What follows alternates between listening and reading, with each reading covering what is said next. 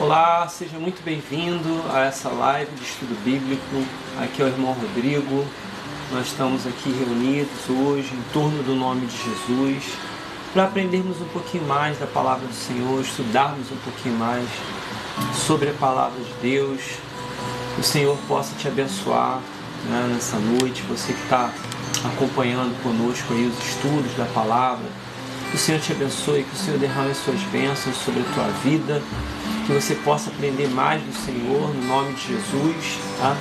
Nós estamos estudando acerca das bem-aventuranças, no capítulo 5 de Mateus, que compõe o Sermão do Monte, os capítulos 5, 6 e 7 de Mateus, que falam sobre o Sermão do Monte.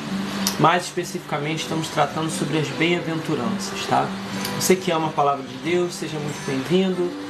Se você tiver uma Bíblia, pegue a sua Bíblia para que a gente possa estudar junto, um papel, uma caneta, para que você possa anotar as referências. E se você tiver alguma dúvida, se você tiver algum pedido, se você quiser fazer alguma colocação, né, dentro desse estudo bíblico, fique à vontade. Seja bem-vindo, meu irmão Marcone. Fique à vontade para que o Senhor possa falar contigo, tá bom? E que nós nessa noite possamos ouvir aquilo que o Senhor tem para falar conosco, no nome de Jesus. Amém? Pai querido, Pai amado, nós te damos graças a Deus por esse momento, mais uma vez, Senhor, em que temos a oportunidade de estudar um pouco mais da Tua Palavra, Senhor.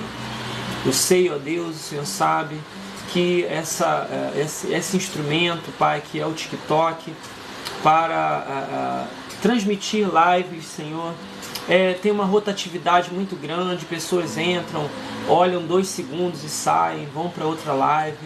Mas eu quero te pedir, Senhor, que nessa noite o Senhor possa escolher pessoas, ó Pai, para participar desse estudo, pessoas que verdadeiramente, Senhor, precisem ouvir aquilo que o Senhor tem para falar nessa noite para essas vidas, ó Pai. Em nome de Jesus, que o Senhor possa abençoar cada um, Senhor. Deus, aqueles que estiverem assistindo pela For You, aqueles que passarem, aqueles que permanecerem. Pai, em nome de Jesus, abençoa todos, ó Pai. E aqueles que vão assistir depois, Senhor, esse vídeo através de outra plataforma. Pai, em nome de Jesus, que o Senhor possa abençoar todos, ó Pai. Porque, Senhor, eu tenho certeza que o Senhor é poderoso para fazer mais do que nós podemos pedir ou pensar, Senhor. Então eu te peço que o Senhor tome meus lábios, minha mente, meu coração, para falar com os teus filhos, que eu possa desaparecer e que o Senhor possa falar com liberdade para eles nessa noite. Essa é minha oração, em nome de Jesus. Amém e amém. Bom, que o Senhor te abençoe nessa noite, em nome de Jesus. Vamos avançar no estudo. Nós temos falado aí acerca das bem-aventuranças, daquilo que o Senhor Jesus tem revelado para nós, né, nesses dias. Nós estamos aí na penúltima bem-aventurança, né? Nós vamos falar sobre os pacificadores hoje, lá em Mateus capítulo 5, versículo 9, tá? Diz assim: bem-aventurados os pacificadores, porque eles serão chamados filhos de Deus, tá? Para que a gente possa entender essa bem-aventurança agora, é importante a gente fazer uma recapitulação de todas as bem-aventuranças passadas, né? Paz, pastor Samuel, Deus te abençoe, né? É importante a gente fazer uma recapitulação das bem-aventuranças passadas. Começamos com Mateus capítulo 5, versículo 3, que fala lá: bem-aventurados os humildes de espírito ou pobres de espírito. Depois nós vimos: bem-aventurados os que choram. Na sequência, bem-aventurados os mansos. Depois, bem-aventurados os que têm fome e sede de justiça. Depois, bem-aventurados os misericordiosos. Ontem, aliás, na terça-feira nós falamos: bem-aventurados os limpos de coração, tá? E hoje nós vamos falar sobre os pacificadores, tá? E é importante lembrar que essas bem-aventuranças, elas têm uma conexão entre si, elas não são independentes, versículos isolados, os quais a gente pode simplesmente ler e tentar viver, tentar interpretar da maneira que a gente bem entender, não, muito pelo contrário. elas significam que são características que todo cristão precisa transparecer, tá? Ou seja, você não vai viver, sendo cristão, viver ou não essas características, você certamente viverá essas características, tá? E também significa que você vai viver todas elas, e não apenas uma ou outra. Por quê? Por exemplo, as 3 primeiras bem-aventuranças que nós falamos aqui, dos pobres de espírito, dos que choram e dos que são mansos, elas preparam você para uma realidade de fome e sede do Senhor, de necessidade do Senhor, e essa necessidade ela é satisfeita pelo Senhor, né? Porque ele fala, bem-aventurados os que têm fome e sede de justiça, porque eles serão fartos. Você recebe essa plenitude do Espírito Santo na tua vida, você recebe o Espírito Santo dentro do seu coração, e aí você começa a frutificar. Essa presença começa a gerar frutos em você, ou seja, você se torna alguém misericordioso, depois você vai se tornar limpo de coração, pacificador, e por fim, essa nova vida que o Senhor gera em você, ela vai levar você a ser perseguido por causa da justiça. Por quê? Porque agora você vive e caminha na contramão do mundo, na contramão do sistema. Então é muito importante que você entenda isso. Entenda que o Senhor está operando em você desde o início, desde aquele momento em que você se humilha diante dele, ele vai operando em você para que você se torne alguém semelhante a Jesus e assim como ele ser perseguido por causa da justiça. Mas a palavra bem-aventurado significa o quê? Verdadeiramente feliz. Ou seja, ninguém nesse mundo pode ser feliz a não ser se viver essas bem-aventuranças de Mateus capítulo 5. Você pode até procurar felicidade, procurar bênçãos, né? Procurar realização na bebida, na droga, na prostituição, nos bens materiais, onde for. Você pode procurar onde você quiser, mas você só vai encontrar a verdadeira alegria em Jesus Cristo, através do Espírito Santo, que vai gerar essa nova vida em você, essa vida gerada pelo Espírito Santo, tá? Então, ontem nós falamos que bem-aventurados são os limpos de coração, porque eles verão a Deus, tá? Ou seja, nós só podemos ver a Deus se nós tivermos um coração limpo. Hebreus capítulo 12, versículo 14 vai dizer o quê? Segui a paz com todos e a santificação, sem a qual ninguém verá o Senhor, ninguém verá a Deus. Ou seja, se você não tiver um coração limpo, um coração que um dia chorou pelo pecado lá atrás, que se arrependeu, que clamou pelo perdão de Deus, você jamais verá a Deus. É por isso que tem muita gente, às vezes, dentro de um templo, dentro de uma denominação, e fala assim, mas eu não vejo Deus agindo na minha vida, eu não vejo Deus operando na minha vida. Aí eu pergunto a você, será que um dia você se arrependeu dos seus pecados verdadeiramente? E será que o Espírito Santo de Deus está habitando dentro de você, gerando essa limpeza, essa santificação, essa santidade que permite que você veja o Senhor? Sem santidade, sem um coração limpo, ninguém verá o Senhor, tá? Então, o que é o coração? O coração é o centro do nosso ser, é a nossa personalidade. A gente não está falando do músculo coração, não. A gente está falando da nossa personalidade, ou seja, o meu coração, a minha personalidade, a sua personalidade, para que você veja o Senhor, ela precisa estar limpa. Ela precisa estar santificada, tá? Que significa o quê? A sua mente precisa estar limpa. As suas emoções precisam ser purificadas. A sua vontade precisa ser purificada. De repente você é aquela pessoa que tem uma aparência de religiosidade por fora, mas a sua mente é uma mente poluída, suja. Você só pensa coisas e só ocupa a sua mente com coisas erradas. Os seus olhos estão fixos em coisas erradas. Os vídeos que passam no seu telefone são vídeos só de impureza, só de coisas erradas. A sua mente está tomada de podridão.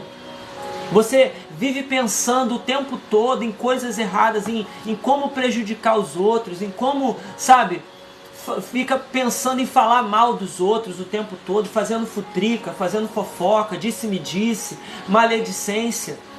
Meu irmão, minha irmã, sem santidade ninguém verá o Senhor. De que adianta você estar com a Bíblia? De que adianta você estar dentro de um templo dizendo que é crente, mas seu coração está sujo? Você nunca nasceu de novo. Você precisa passar pela cruz. Você precisa de santificação para que você veja o Senhor, tá? Por quê, meu irmão? O nosso coração, como diz lá em Mateus capítulo 15, versículo 19, ele é a fonte de todos os males. O mal que sai de você não é culpa do seu pai, não é culpa da sua mãe, não é culpa da sua esposa, não é culpa do seu marido, do seu filho, não é culpa de ninguém. O mal que parte de você, as suas atitudes pecaminosas, elas saem do seu coração. Ele é a fonte de todos os males, tá? E o nosso coração, como diz lá em Jeremias 17, versículo 9, ele é enganoso. O nosso coração é enganoso. Então, como eu falei ontem, você que fica confiando no seu coração, né? Tá dando ouvidos à conversinha de pessoas, de mulher estranha, de homem estranho, né? Fora do casamento, fica dando ouvido a certas coisas, achando, não, eu domino o meu coração, eu controlo o meu coração. Meu irmão, seu coração é enganoso e quando você menos perceber, você vai levar uma rasteira e vai cair. Não confia no seu coração, não. Seu coração vai levar você para o inferno. Preste atenção, tá? O que significa, então, ter um coração limpo? É um coração singelo, um coração simples, um coração sem hipocrisia, sem divisão. Como assim, irmão Rodrigo, um coração sem divisão? É um coração que teme somente a Deus, que serve somente a Deus, que não serve a Mamon, que não serve a Satanás, que não tem compromisso com Satanás, que não tem compromisso com o pecado, que não tem compromisso com o mal. O seu compromisso é com Deus, a sua vida é para Deus, a sua vida pertence somente a Ele. Por quê? Porque um dia lá atrás você reconheceu que era nada sem Ele. Bem-aventurados os pobres de espírito, os humildes de espírito. Você reconheceu que precisava da misericórdia de Deus, confessou seus pecados, creu em Jesus como teu único e suficiente Salvador, entregou sua vida a Ele. E agora Ele é o centro da tua vida, Ele é o único dono do teu coração. Ter um coração sujo é ter um coração com mais de um dono. Quem é o dono do seu coração? Quem é o dono do seu coração? É Deus? Ou é o diabo? Ou é o pecado que habita na sua natureza humana, na minha natureza humana? Quem é o dono do meu coração? Quem é o dono do seu coração? Essa é a pergunta para você hoje.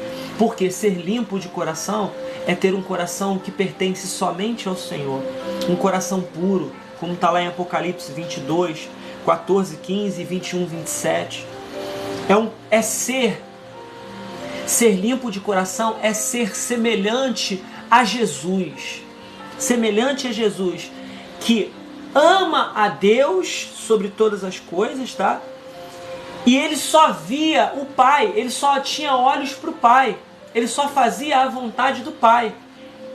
E de quem é a vontade que você tem feito? É de você mesmo ou é do Senhor? Ou é a sua própria vontade, ou é a vontade do pecado, ou é a vontade de Satanás? Ter um coração limpo é servir e fazer a vontade apenas do Senhor, tá? Bom, sem o coração, né? Sem o coração limpo ninguém verá a Deus. Então os bem-aventurados os limpos de coração, porque eles verão a Deus, tá? E nós veremos a Deus e temos visto a Deus. Aquelas pessoas que temem ao Senhor, que têm o coração limpo, têm visto a Deus no seu dia a dia já, no seu cotidiano. Deus quer se revelar para você no seu dia a dia, no seu cotidiano, agora, hoje. Deus quer se revelar para você, desde que você tenha o seu coração limpo.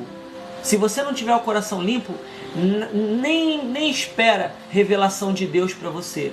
Mas se o seu coração for limpo, você pode esperar que Deus vai se mostrar para você. E não só agora, mas também no porvir. Lá no futuro, quando o Senhor voltar, quando Jesus voltar, você será glorificado, você será restaurado, o seu corpo será purificado de todo pecado e você verá a face do Todo-Poderoso. Imagina que glória, ver a face do Todo-Poderoso, tá? E quem é que opera isso em você? Talvez você pergunte assim, tá, tudo bem, irmão Rodrigo, mas como que eu faço para ter o meu coração limpo? Você não vai conseguir sozinho. Quem opera isso é o Espírito Santo de Deus em você. Como? Primeiro, reconheça Jesus, reconheça que você não é nada, reconheça que Ele é tudo em você. Confesse os seus pecados, chore, se lamente pelos seus pecados e experimente a operação do Espírito Santo de Deus na tua vida. E Ele vai começar a operar na sua vida, transformando você por dentro, regenerando você, fazendo de você uma nova criatura, derramando sobre você uma série de transformações através da palavra. Mas você também vai ter participação nisso, nesse processo de santificação. Por quê? Porque você vai ouvindo a voz do Espírito Santo falar com você e você vai colocando em prática. Como? Amando o seu próximo, amando a Deus sobre todas as coisas, cuidando da sua própria vida, amando a você mesmo e amando o próximo assim como você ama a si próprio. É através do amor que o Espírito Santo vai transformando você em uma nova criatura, mais semelhante a Jesus. Por quê? Porque Jesus é o exemplo de amor. Amém? E aí sim, você vai conseguir caminhar com Deus. Por quê? Porque a Bíblia diz lá em 1 Pedro que Deus é luz e nele não há treva nenhuma. Ou seja, para você poder experimentar, andar na presença de Deus, você precisa estar limpo, puro, porque senão você não consegue. Amém? Agora, falando, já dando essa introdução da bem-aventurança de ontem, vamos falar da bem-aventurança de hoje, né? Bem-aventurados os pacificadores, tá? E eu precisei fazer essa ligação até aqui, por quê? Porque eu já tinha explicado a vocês que as 3 primeiras bem-aventuranças se conectam, depois da fome e sede de justiça que fica no meio, elas se conectam com as outras 3, tá? Então, por exemplo, para você poder ser misericordioso, você primeiro precisou o quê? Ser pobre de espírito. Para você poder ser limpo de coração, você precisou primeiro o quê? Chorar pelo pecado. Para você ser pacificador, né? Para você poder ser pacificador, você precisou primeiro aprender o quê? A ser manso. Manso, tá? Então as 3 depois da fome e sede se conectam com as 3 primeiras, tá? Então é muito importante que você entenda isso. Para que você se torne um pacificador, primeiro você precisou ser manso, tá? Bem-aventurados os mansos, porque eles herdarão a terra. Não tem como ser pacificador sem primeiro ter passado pelo processo de amansamento, de se tornar manso, depois de se arrepender do pecado, tá? Bom, por que os pacificadores são bem-aventurados, são verdadeiramente felizes, tá? Porque eles se destacam de toda a sociedade, tá? De todos os habitantes do mundo. E aí por isso eles são chamados de quê? Filhos de Deus. Por quê? Deus é santo. Ele não tem nenhuma relação com esse mundo. Deus é completamente separado, distante, santificado. Por isso que a palavra diz que Ele é santo. Ele não tem nenhuma parte com esse mundo, com a cultura do mundo, com a forma que o mundo vive. Então, para nós sermos considerados filhos de Deus, nós também precisamos ser o quê? Separados desse mundo. Não termos nenhuma parte com esse mundo, tá? Então, se nós somos completamente diferentes, é porque somos destacados desse mundo, tá?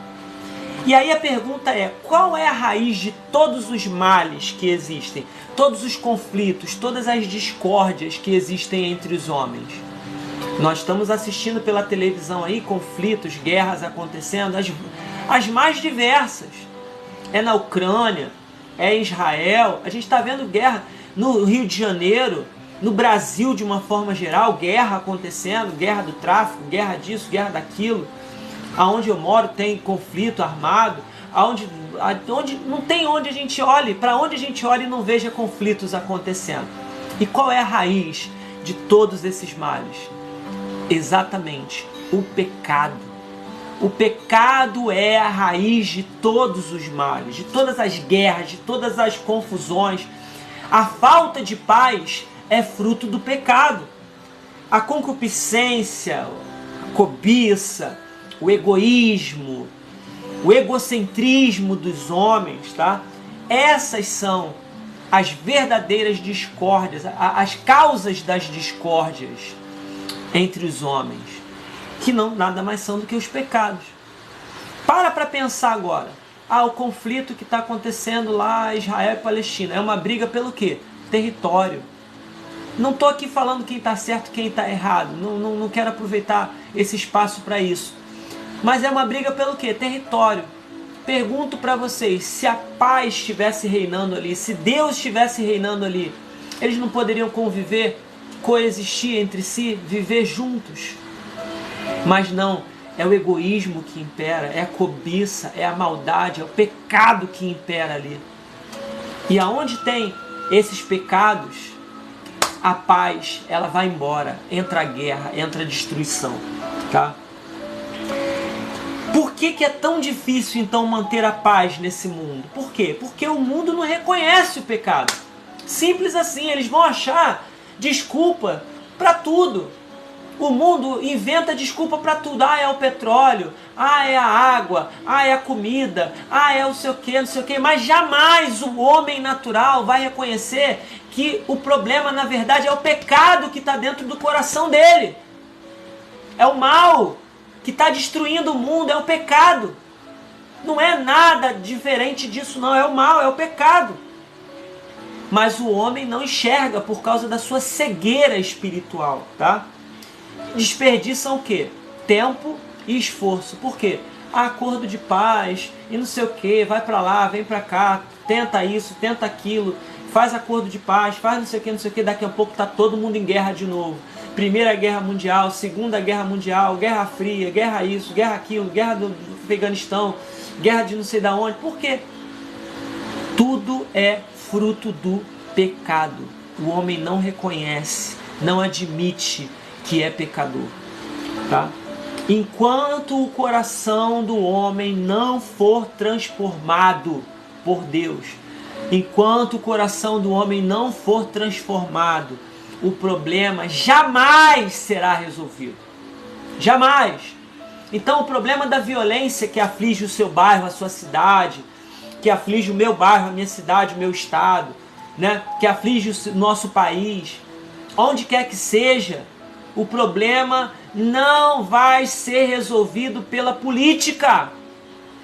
Eu vejo crente brigando por causa de política, um xingando o outro, um acusando o outro, faz isso, faz aquilo, diz isso, diz aquilo. Meu irmão, minha irmã, acordem! Acordem hoje! Despertem! Não é a política que vai resolver os problemas do mundo. É a transformação, é a libertação do pecado que só Jesus Cristo pode operar. Não é o político A, nem o político B, nem o político C, não é ninguém que vai fazer isso, é Jesus Cristo. Ele é o único que pode transformar a realidade do mundo, mas ninguém. Desperta, crente. Hoje, para de besteira, de achar que o mundo vai resolver, de achar que o político A, B ou C vai resolver. Não vai! Quem resolve é Jesus Cristo. É o Espírito Santo na vida do homem, arrancando o pecado fora, tá? Enquanto o homem não for transformado, não adianta. Não vai haver paz no mundo. Só Jesus pode trazer a verdadeira paz. E o que é ser um pacificador, então? Primeiro, não é um indivíduo natural, como a gente acabou de ver aqui, o homem natural não pode trazer essa paz, já que a gente acabou de entender que é só Jesus que pode trazer. Ser pacificador também não é ser aquela pessoa complacente, né? O desligado da realidade. As coisas estão acontecendo ao redor dela, tá todo mundo se matando, se engalfinhando, e ela tá assim, olhando pro céu, desligado. Ai, Que coisa linda esse passarinho que tá. O mundo tá explodindo ao redor dela e ela tá assim, nossa. Não, isso não é ser pacificador. Isso é ser displicente. Isso é ser desligado da vida. E não é isso que a palavra está falando aqui. Ser pacificador não é aquela pessoa que faz paz a qualquer custo. Por quê? A pessoa que faz paz a qualquer custo é a pessoa que mata até para poder trazer a paz. Ah é? Vocês estão brigando? Peraí, pega um revólver, pá, dá um tiro em um, dá um tiro em outro, pá, acabou a briga. Isso aí é paz a qualquer custo.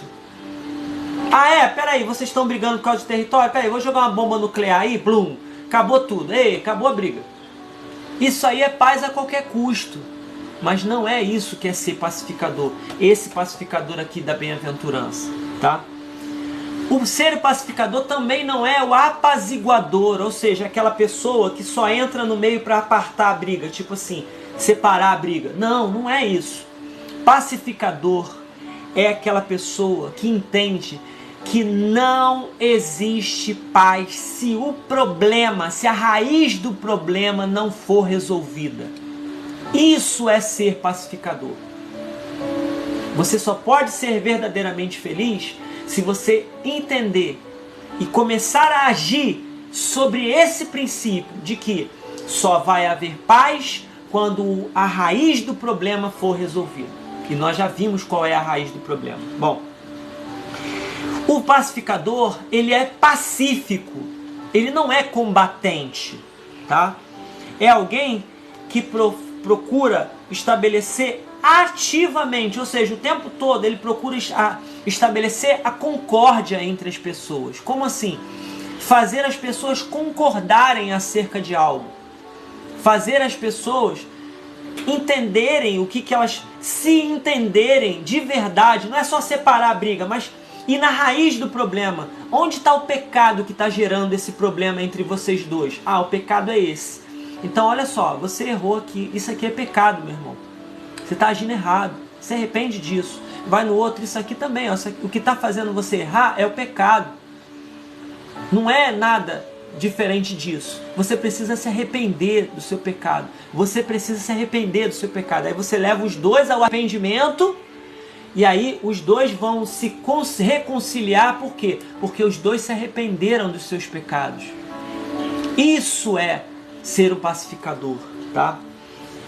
Que todos os homens estejam em paz uns com os outros. Por quê? Porque eles entenderam qual é a verdadeira raiz do mal, tá? Que eles também estejam em paz com quem? Com Deus. O que adianta não ter paz com Deus? E a paz com Deus só tem aquela pessoa que nasce de novo através do arrependimento de obras mortas. Bom, é alguém, o pacificador é aquela pessoa que não somente não provoca conflitos, tá?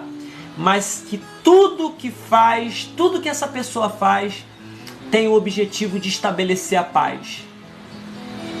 Sabe? É aquela pessoa que, se ela chega num lugar e as pessoas estão batendo de frente umas com as outras, ela fala assim, opa, peraí. Onde está a raiz dessa discussão? Onde está a raiz dessa maledicência aqui? Onde está a raiz dessa fofoca que está rolando aqui? A raiz é essa, né? Porque fulano não se entende com fulano. Ah, mas fulano não é crente, então eu preciso falar de Jesus para essa pessoa. Eu preciso levar essa pessoa a Cristo, para que ela possa entender, reconhecer que ela está pecando, e não só para resolver o problema aqui, mas para resolver o problema dela com Deus, colocar ela em paz com Deus. Por quê? Porque as brigas de uns com os outros, do ser humano contra o ser humano, elas significam também o quê? A contenda com Deus. Como eu posso dizer que amo a Deus que eu não vejo, diz a palavra, se eu não amo o meu próximo que eu vejo? Então, se você está em litígio, se você briga, se você está em discórdia com o seu próximo, seu marido, sua esposa, seu filho, seu vizinho, quem quer que seja, e você diz que é crente, meu irmão, minha irmã, você precisa nascer de novo. Você precisa deixar o Espírito Santo operar no seu coração, arrancar esse pecado de dentro de você, santificar você, para que você viva em paz com quem quer que seja. Não posso amar a Deus que eu não vejo se eu não amo o meu próximo que eu vejo. Deus trouxe você aqui hoje para você ouvir isso. Você que talvez já não fala mais com alguém da sua família, um parente, um vizinho, quem quer que seja, e você já sabe, ele que se dane para lá, sabe? Eu tenho meu jeito de ser. Ninguém muda isso que eu sou. Meu irmão, você precisa nascer de novo, porque isso está levando você para o inferno. Preste atenção, tá? Você precisa reconhecer o seu pecado, confessar e chorar por ele. Chorar por ele, para que você se torne uma pessoa mansa. E aí só assim você será um pacificador. E você poderá, com o seu coração limpo, ver a Deus e ser chamado filho de Deus. Porque só os pacificadores é que são chamados filhos de Deus. Jesus Cristo veio e trouxe paz para o mundo. Ele foi o pacificador, o exemplo de pacificação. Por isso ele é o Filho de Deus. Por quê? Porque ele veio dar o exemplo para nós. E se você não for como ele, esquece. Tá? Para ser um pacificador, a pessoa precisa ter um coração limpo, que foi o que eu acabei de falar, né? Você precisa não ter mais inveja dentro do seu coração, ser expurgado. Ciúme e todo tipo de mal que ainda exista dentro do seu coração, porque ainda tem a natureza pecaminosa em nós, o Espírito Santo quer arrancar de dentro de você. O ciúme, a inveja, o mal, ele quer tirar de dentro de você. Ele está regenerando você.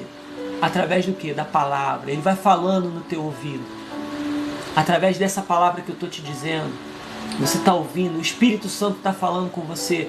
Dê ouvidos à voz do Espírito Santo nesse momento. Deixa o Espírito Santo transformar a tua vida. Deixa o Espírito Santo transformar o teu coração, transformar a tua casa. Talvez a sua casa esteja sendo um inferno. Mas por quê? Porque você não dá ouvidos à voz do Espírito Santo falando com você todo dia, para você se arrepender, para você confessar teus pecados, nascer de novo, pedir perdão, perdoar, ser como Jesus, que perdoou até aqueles que estavam crucificando ele, que açoitaram ele, chicotearam ele. Ele perdoou essas pessoas.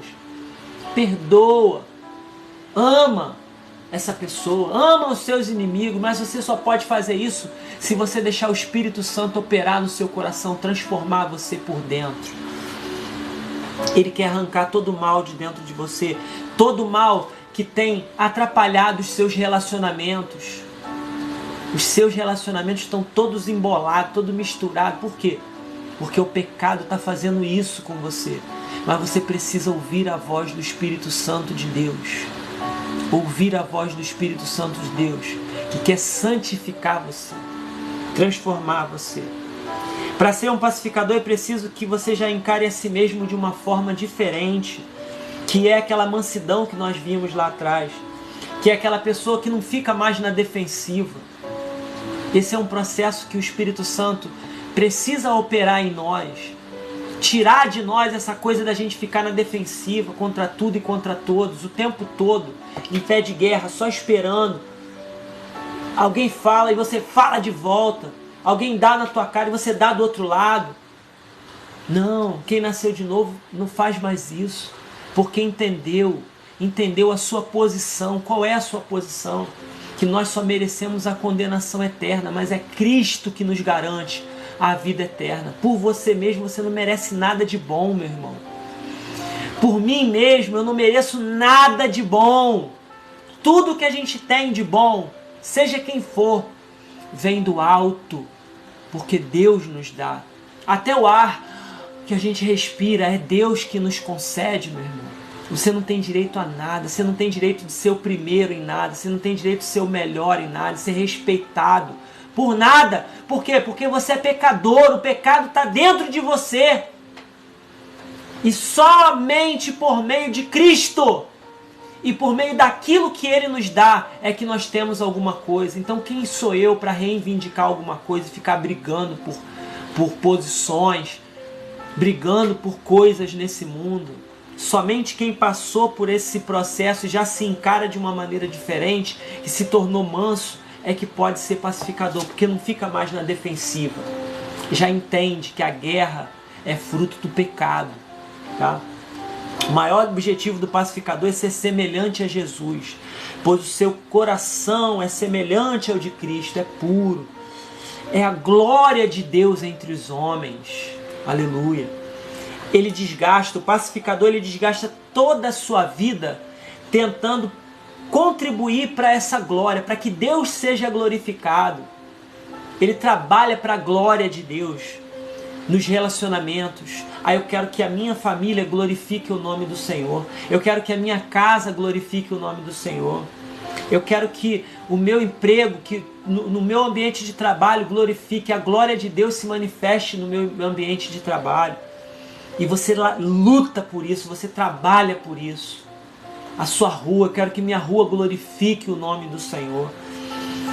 E o que o pacificador faz na prática?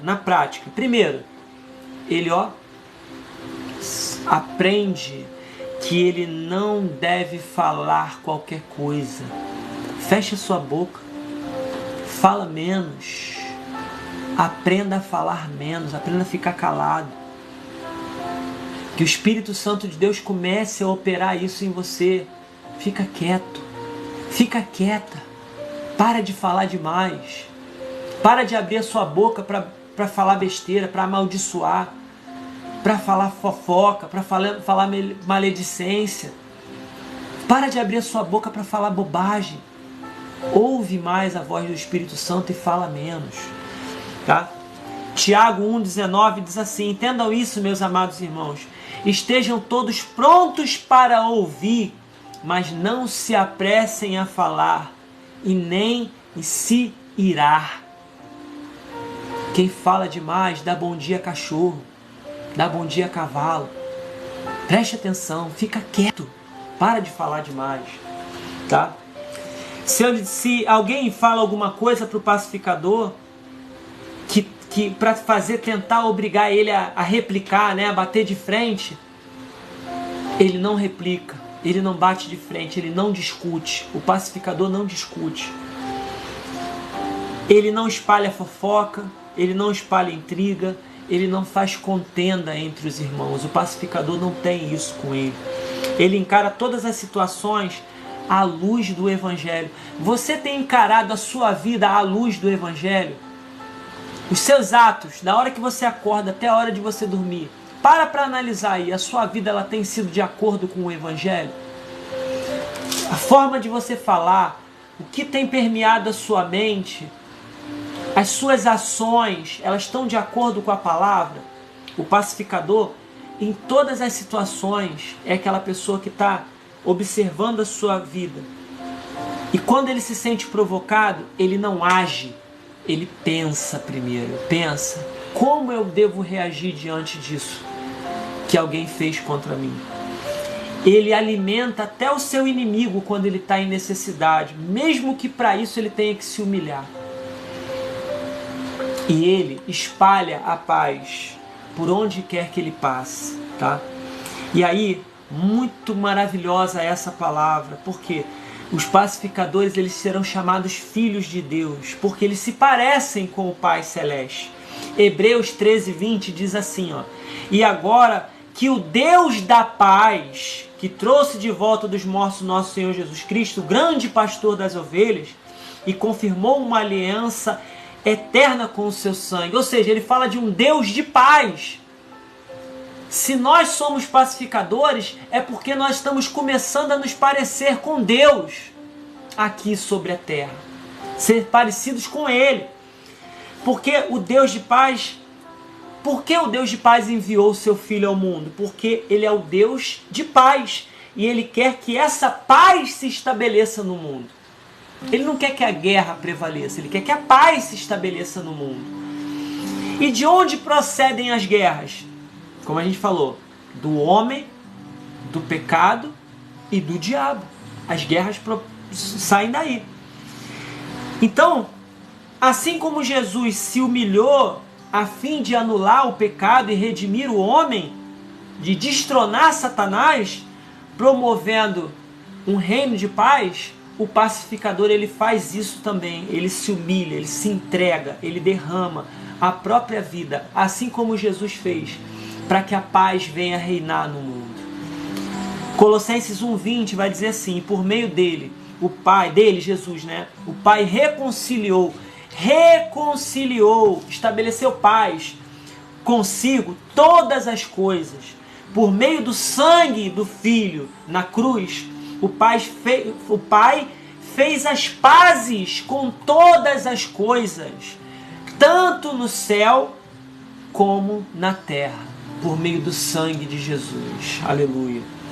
Então, para a gente poder concluir nessa noite, Efésios capítulo 2, versículo 14 e 15 diz assim: porque Cristo é a nossa paz. Ele uniu judeus e gentios em um só povo, ao derrubar o muro de inimizade que nos separava. O que tem lá na guerra lá Israel-Palestina? Um muro separando. Esse muro representa o pecado que separa as pessoas. Mas o Senhor vem para derrubar esse muro. Ele vem para derrubar esse muro, para unir. Ele quer unir os homens num só corpo.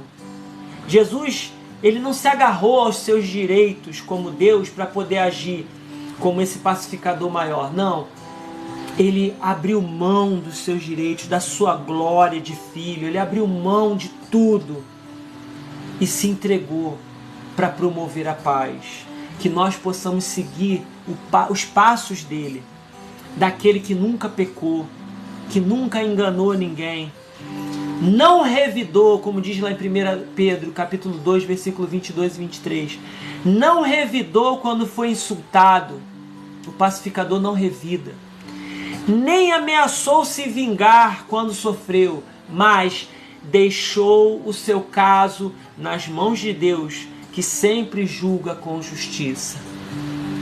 Você, meu irmão, minha irmã, que sente o desejo no seu coração de ser esse pacificador, de ser conhecido como filho de Deus, o pacificador, meu irmão, deixa o Espírito Santo de Deus operar no teu coração. Entrega a tua vida nas mãos do Senhor. Ele julga todas as coisas com justiça. Confia no Senhor. Confia no Senhor. Ele te ama. Ele te ama e Ele quer transformar a tua vida. Amém? Pai amado, nós te damos graças por esse estudo nessa noite. Que o Senhor nos proporcionou por meio da poderosa paz, da grandiosa paz que, através do teu Filho, Tu estabeleceste conosco, Pai. Nesse momento eu quero te pedir, Senhor, que aqueles que ouviram essa palavra, se não têm sido pacificadores, Pai, é porque eles não foram mansos e provavelmente não choraram pelo pecado e provavelmente não se humilharam diante do Senhor, reconhecendo que não são nada. E por isso precisam nascer de novo, Pai, para ter o Espírito Santo dentro deles, operando, regenerando, transformando seus corações. Faz isso na vida dos teus filhos hoje, Pai, para que eles possam, em nome de Jesus, experimentar qual seja a boa, perfeita e agradável vontade do Senhor.